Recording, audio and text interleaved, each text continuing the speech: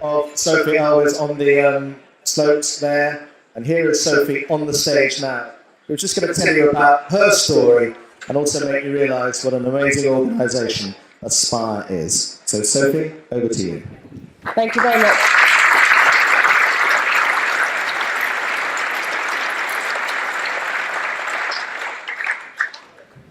Good evening. Thank you so much for having me here tonight. I'm going to tell you about the accident I had 7 years ago and how I got to compete for Great Britain in alpine ski racing. So back in 2011, I was 22, newly graduated from university, about to embark on a job in events organising, with a busy social life in London and my whole life ahead of me, when, in a few moments, everything changed.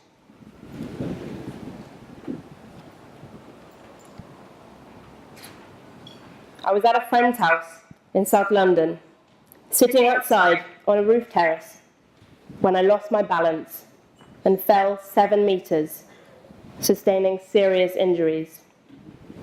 I fractured my cranium, my shoulder, ribs, and my back, damaging my spinal cord.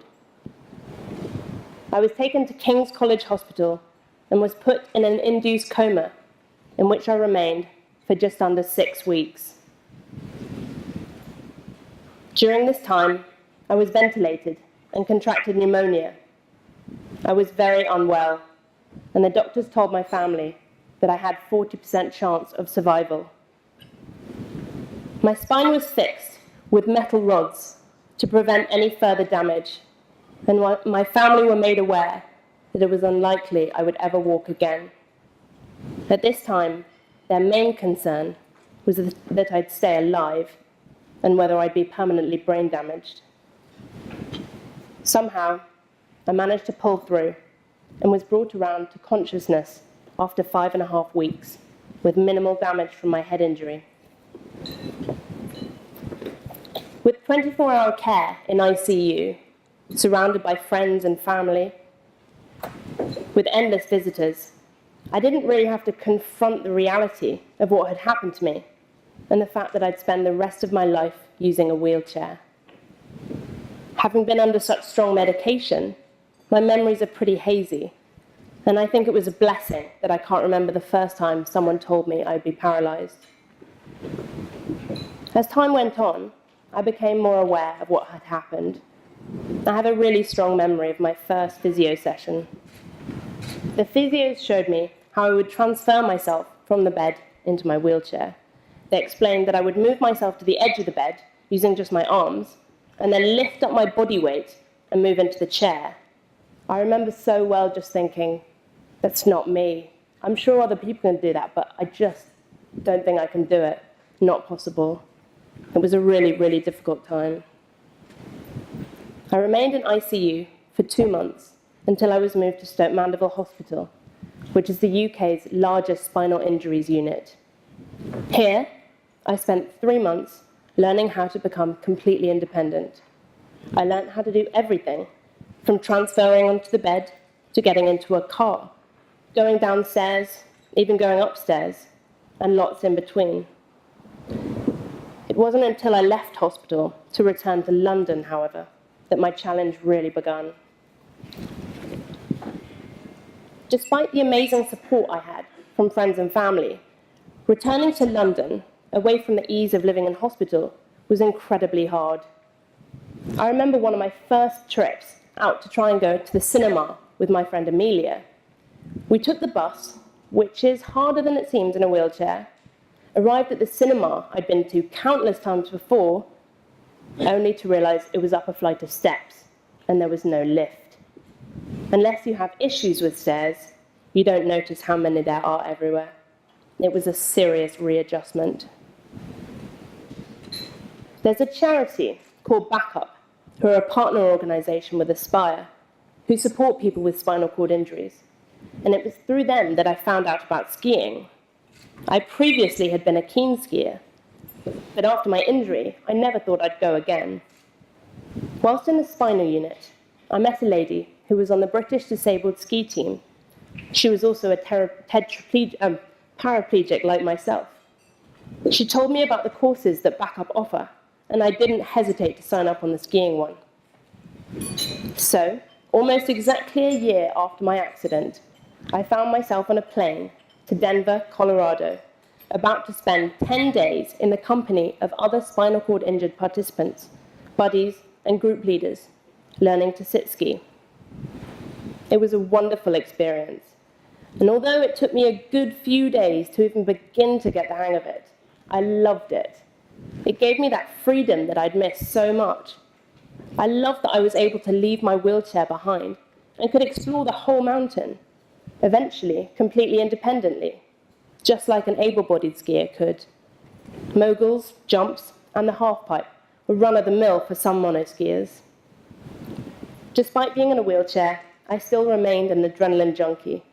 The phrase, need for speed, has never been more apt. My mum will tell you she will never forget the smile on my face when she met me at the airport. It felt like the first time I'd been properly happy since that fateful day.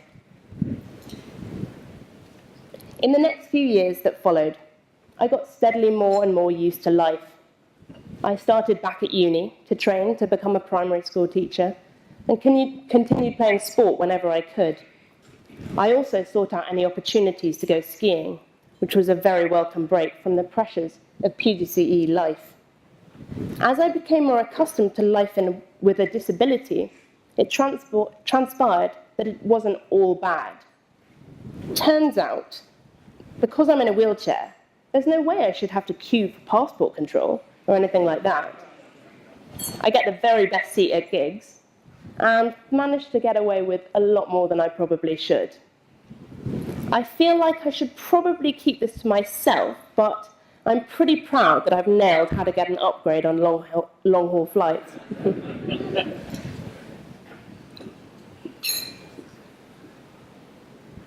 Once I finished my teacher training, I decided I needed to get away from the comforts of home and give myself a real physical challenge. So I decided to return to Winter Park for a full season to get good enough to ski with friends and family and to get out of my comfort zone.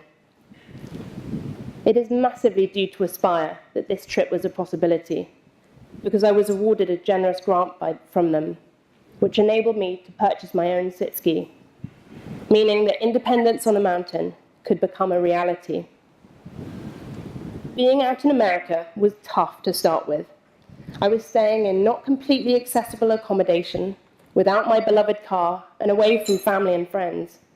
But soon, I was making new friends and getting to spend every day on the mountain. Sit skiing is not easy. I spent a lot of time falling over and getting frustrated. As it turns out, age 23, I wasn't entirely finished having tantrums. But despite the bumps and bruises, before long, I started to get the hang of it. And after a few months, I started race training with a competition team in Winter Park. I absolutely loved it.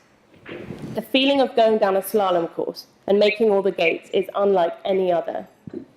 It's hard, but very, very satisfying. This season away was, although difficult at times, one of the best decisions I've ever made. I returned home with a newfound confidence and love of life. The next season, I went back to Winter Park to train, and I competed in my first international ski race. By the end of the season, I'd got myself a world ranking. I was well and truly hooked. While I was out in the USA, I got spotted by one of the GB coaches and was invited to train with the British para ski team, later becoming a fully fledged member.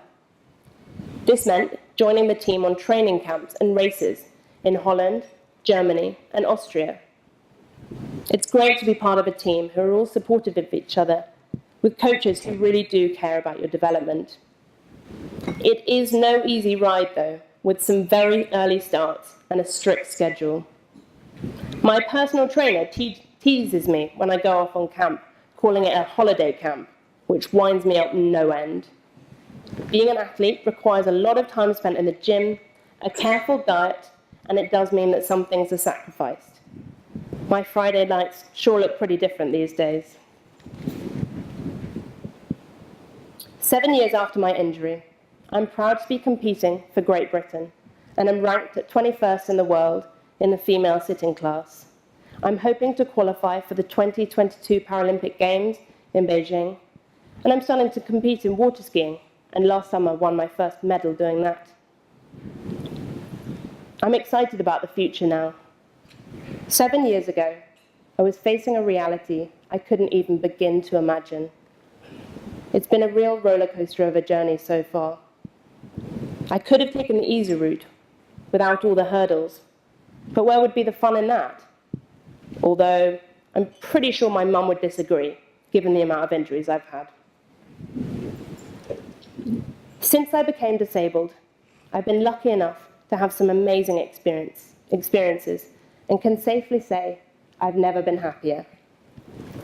Someone asked me the other day that if I could go back and not have the accident that changed my life, would I do it? I said if I hadn't had it, I wouldn't have had all the experiences I've had. So no. My life would certainly be just like the next person's. Easier, perhaps. Safer, definitely. But most certainly less exciting. Thanks to the help from amazing charities like Aspire, I have been able to turn around what was once a huge obstacle into an incredible opportunity. And for that, I am truly grateful. I know their grants go a long way in helping and often saving people like me. So please do dig deep for a brilliant cause. Thank you.